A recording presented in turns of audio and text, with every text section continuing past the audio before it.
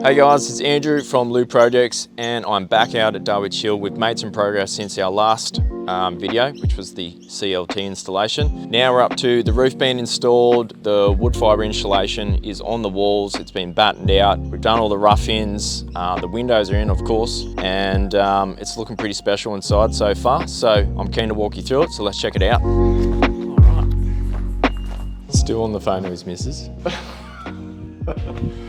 All right, first things first, as you can see here, is we've got HRV, all the piping for it. That's the HRV unit itself.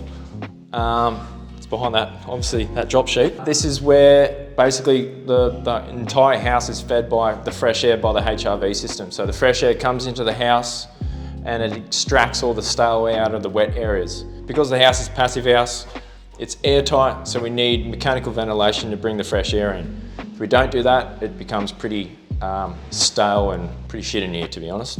So we need this system and it will do the breathing for us. Okay, like I said, the windows and doors obviously have been installed. I just wanted to show you guys what an example of the lift and slide door is. These are Bink windows and doors. They're obviously made of, was it Vic Ash? Vic Ash. Yeah, I should know that off by heart. So this is the lift and slide. As you can see, it's sliding quite smoothly. It's quite easy to slide, but as I turn this handle, it drops into place.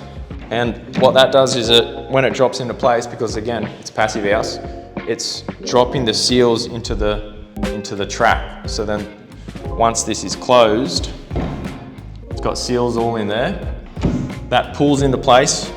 The seals compress against the jamb and it presses against the floor. And you get a pretty airtight door. In comparison to other sliding doors, you definitely don't do that. You definitely don't get that result. Okay, last time we were out here, obviously the glass wasn't in. Now the glass is in. The architects figured out a nice little detail around it. It's going to be basically a brass shroud around the entire window. So you see glass, or you'd see CLT, glass, brass. Glass and brass. It's going to be landscaping here too. Nice tree. So throughout the build, there's heaps of little brass finishes around the skylights. There's like brass angles on the walls. There's brass in the bathrooms. So get a good look at that. It's all those little details that really make a really cool build. Okay, walking up the stairs, obviously it's looking really nice up here. You got these two skylights that are bringing in that light. Around the threshold of the skylights, you're gonna have again, those brass finishes. Yeah, when that brass goes in, the light hitting the brass is gonna look really cool against the CLT too. So really excited about those finishes. All right, like I was explaining in the last video, the windows are actually outside of the CLT. So you can see the CLT edge. So the CLT isn't technically the insulation layer. Where the line of the window is, and I'll show you when we get outside, that's the insulation layer. CLT against the hardwood, looks awesome. All right, so we're up on the first floor, and obviously because it's CLT, all the roughings technically have to be done above the CLT, and then we batten out and insulate, and then lay the floors. As you can see, that's some of the HRV piping, that's the aircon, some of the electrical, and these battens are screwed down on the CLT, but I've actually got a little sample here. These are the acoustic little panels that go under the battens to reduce the vibrational sound. So that goes down first, we rip them up, and then we've screwed that down to it. On top of that, we also have this acoustic bulk-in full wood fibre insulation, which again reduces sound transfer to that ground floor. It's quite unconventional, and a little bit of extra thinking was involved, but next month or so, we'll have the flooring down and it'll look really cool too. Oh look, Tommy's in here now, painting one of the windows. This is our sexy painter, Tommy. Give us a flex, will ya?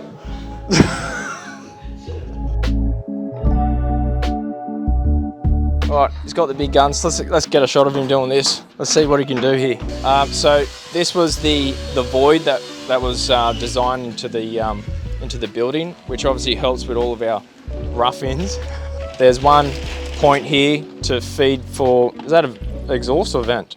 Exhaust or supply?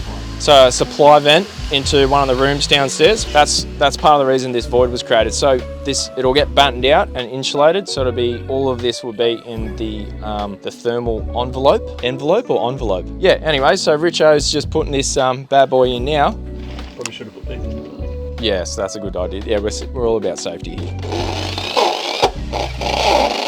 taping all these points. Oh yeah. Just to make sure the air is not really getting out anywhere.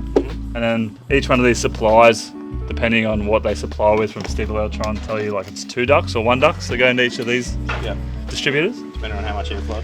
Yeah. Yeah. In this case, we've got 1. So then obviously, that'll go into there. We'll tape that in, and then that'll be our supply down to that study. Lovely.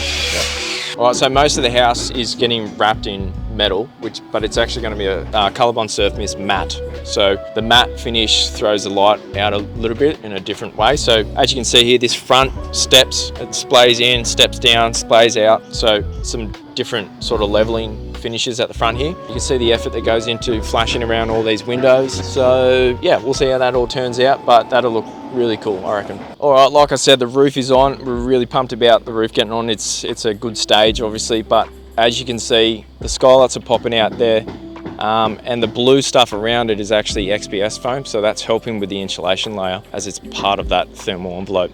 And if you don't insulate around those areas with the skylight, you will get some thermal bridging. So that is why that's been done like that. Obviously, we're looking down at the courtyard. It has a nice roof over it, which actually has translucent roofing over the top. Did everyone hear that? Translucent. So that'll let all the light in, obviously stop the rain, reduce UV. But the key thing about a courtyard is, I guess the key thing about this courtyard is it has this beautiful concrete plinth, essentially, which all the landscaping will happen around it. I actually can't wait for that to be finished. I reckon that'll be a really cool place to be. All right, guys, thanks for watching. I'm glad you've made it this far. I am getting a little bit hungry now, so I'm gonna go get some lunch. We will do another video towards the end of this project, so stay tuned for that.